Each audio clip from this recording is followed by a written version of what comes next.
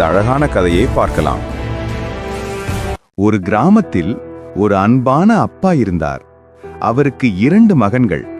அந்த அப்பா உழைப்பாளி, கருணையுள்ளவர், குடும்பத்தை நேசிப்பவர்.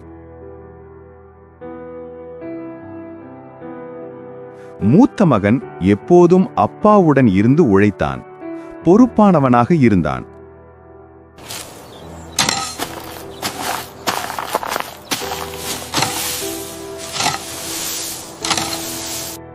ஆனால் இளையவன் வேறுபட்டவனாக இருந்தான். அவனுக்கு சுதந்திரம் வேண்டும், தன்னிச்சையாக வாழ வேண்டும், உலகத்தை சுற்றி பார்க்க வேண்டும் என்ற ஆசை இருந்தது.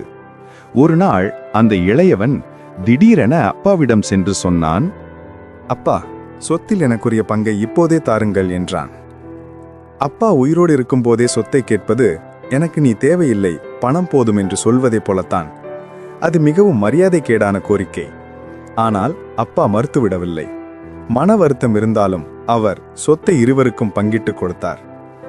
இளையவன் மிகவும் மகிழ்ச்சியுடன் தனது பங்கை கொண்டு வீட்டை விட்டு தூர தேசத்திற்கு புறப்பட்டான்.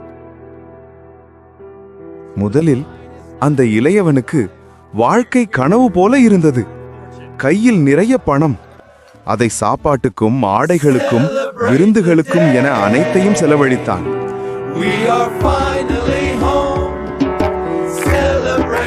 பலர் நண்பர்களானார்கள். ஆனால் உண்மையில் அவர்கள் பணம் இருக்கும் வரை மட்டுமே இருந்தார்கள். பின்பு சில நாளில் எல்லா பணமும் தீர்ந்து விட்டது. அதோடு சேர்ந்து அந்த நாட்டில் கடும் பஞ்சம் ஏற்பட்டது. உணவு கிடைப்பது கடினமானது, விலை அதிகமானது. மக்கள் பசியால் தவித்தார்கள். அந்த இளையவன் ஒன்றுமில்லாமல் போனான். உணவும் இல்லை, வீடும் இல்லை, நண்பர்களும் இல்லை. எனவே அந்நாட்டு குடிமக்களில் ஒருவரிடம் பிழைப்பிற்காக போய் சேர்ந்து கொண்டான். அவர் அவனை பன்றி மேய்க்க தம் வயல்களுக்கு அனுப்பினார். பன்றிகளுக்கு உணவு கொடுத்த போது அவனுக்கு தான் சாப்பிடுவதற்கே உணவு எதுவும் இல்லை என்று பன்றிகள் தின்னும் தவிட்டினாலே தம் வயிற்றை நிரப்ப விரும்பினான். ஆனால் அதை கூட அவருக்கு கொடுப்பாரில்லை. அந்த நிலையில் மண்ணில் விழுந்து பசியால் தவித்து அவன் அறிவு தெளிந்தவனாய் தன் மனதில் நினைத்தான், என் அப்பாவின் வேலைக்காரர்களுக்கு கூட நல்ல மிகுதியான உணவு கிடைக்கிறது. ஆனால் நான் இங்கு பசியால் சாகிறேனே. நான் இங்கே பசியால் சாக வேண்டுமா? நான் வீட்டிற்கு திரும்புவேன். அப்பாவிடம் சென்று சொல்லுவேன், அப்பா, கடவுளுக்கும் உமக்கும் எதிராக நான் பாவம் செய்தேன்.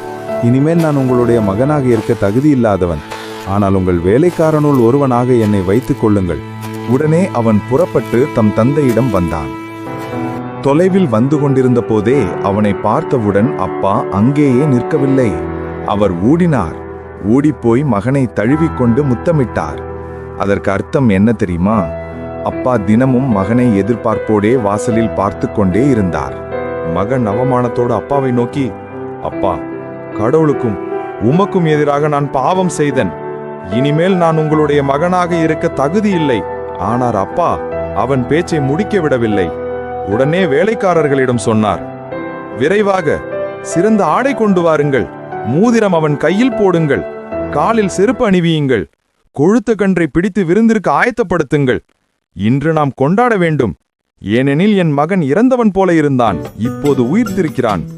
தொலைந்திருந்தான், இப்போது கிடைத்திருக்கிறான். வீட்டில் இசை மகிழ்ச்சி நிறைந்தது.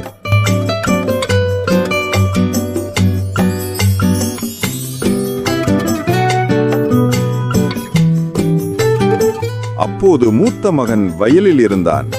அவன் திரும்பி வீட்டை நெருங்கி வந்து கொண்டிருந்த போது ஆடல் பாடல்களை கேட்டு வேலைக்காரர்களுள் ஒருவரை அழைத்து, இதெல்லாம் என்ன என்று கேட்டான். அதற்கு வேலைக்காரர் அவனிடம், உம் தம்பி வந்திருக்கிறார். அவர் தம்மிடம் நலமாக திரும்பி வந்திருப்பதால் உம் தந்தை கொழுத்த கன்றை அடித்திருக்கிறார் என்றார். அவன் கோபமடைந்து உள்ளே போக விருப்பமில்லாதிருந்தான். உடனே அவனுடைய தந்தை வெளியே வந்து அவனை உள்ளே வருமாறு கெஞ்சி கேட்டார். அதற்கு அவன் தந்தையிடம், பாரும், இத்தனை ஆண்டுகளாக நான் அடிமை போன்று உமக்கு வேலை செய்து வருகிறேன். உம் கட்டளைகளை ஒருபோதும் மீறியதில்லை. ஆனாலும் எனக்காக ஒருபோதும் விருந்து வைத்ததில்லை. ஆனால் தவறானவர்களோடு சேர்ந்து உம் சொத்துக்களையெல்லாம் அழித்துவிட்ட இந்த உம் மகன் திரும்பி வந்தவுடனே இவனுக்காக கொழுத்த கன்றை அடித்திருக்கிறீரே என்றான். அப்பா மென்மையாக சொன்னார், மகனே, நீ எப்போதும் என்னுடன் இருக்கிறாய். எனது சொத்துகள் அனைத்தும் உன்னுடையதே. ஆனால் உன் தம்பி இறந்தவன் போல இருந்தான், உயிர்த்திருக்கிறான். தொலைந்தவன் கிடைத்திருக்கிறான். அதனால் நாங்கள் மகிழ்ச்சியோடு கொண்டாடுகிறோம் என்றார். மூத்த மகனின் கோபம் தந்தையின் மென்மையான வார்த்தைகளால் மெதுவாக உருகியது. தந்தையின் அன்பு இரு மக்களையும் ஒன்றாக இணைத்தது. வீட்டுக்குள் மகிழ்ச்சி, இசை, ஒளி நிரம்பியது. அனைவரும் கூடி மகிழ்ந்தனர். நண்பர்களே, இந்த கதை வெறும் 2 மகன்களையும் ஒரு அப்பாவையும் பற்றியது மட்டுமல்ல. அது நம்மை பற்றியது. அது தேவனுடைய அன்பை பற்றியது. நாமும் தவறுகள் செய்கிறோம். சில சமயம் தேவனை விட்டு விலகி நம்முடைய வழியில் செல்கிறோம். தொலைந்து போன மகனை எதிர்பார்த்து தினமும் கதவின் முன் நின்ற தந்தை போல நம் தேவனும் எப்போதும் நமக்காக காத்திருக்கிறார். அவர் எப்போதும் நம்மை மீண்டும் வரவேற்க தயாராக இருக்கிறார். நம்முடைய தவறுகள் எவ்வளவு பெரியதாக இருந்தாலும் தேவனுடைய கிருபை அதைவிட பெரியது. இந்த கதை நமக்கு சொல்லும் முக்கியமான உண்மை, நாம் எவ்வளவு தொலைந்து போனாலும் நாம் மனம் திரும்பி வரும்போது தேவனுடைய அன்பு எப்போதும் நம்மை தேடிக்கொண்டு வரும். அவரது கைகளில் நமக்கு எப்போதும் இடம் உண்டு.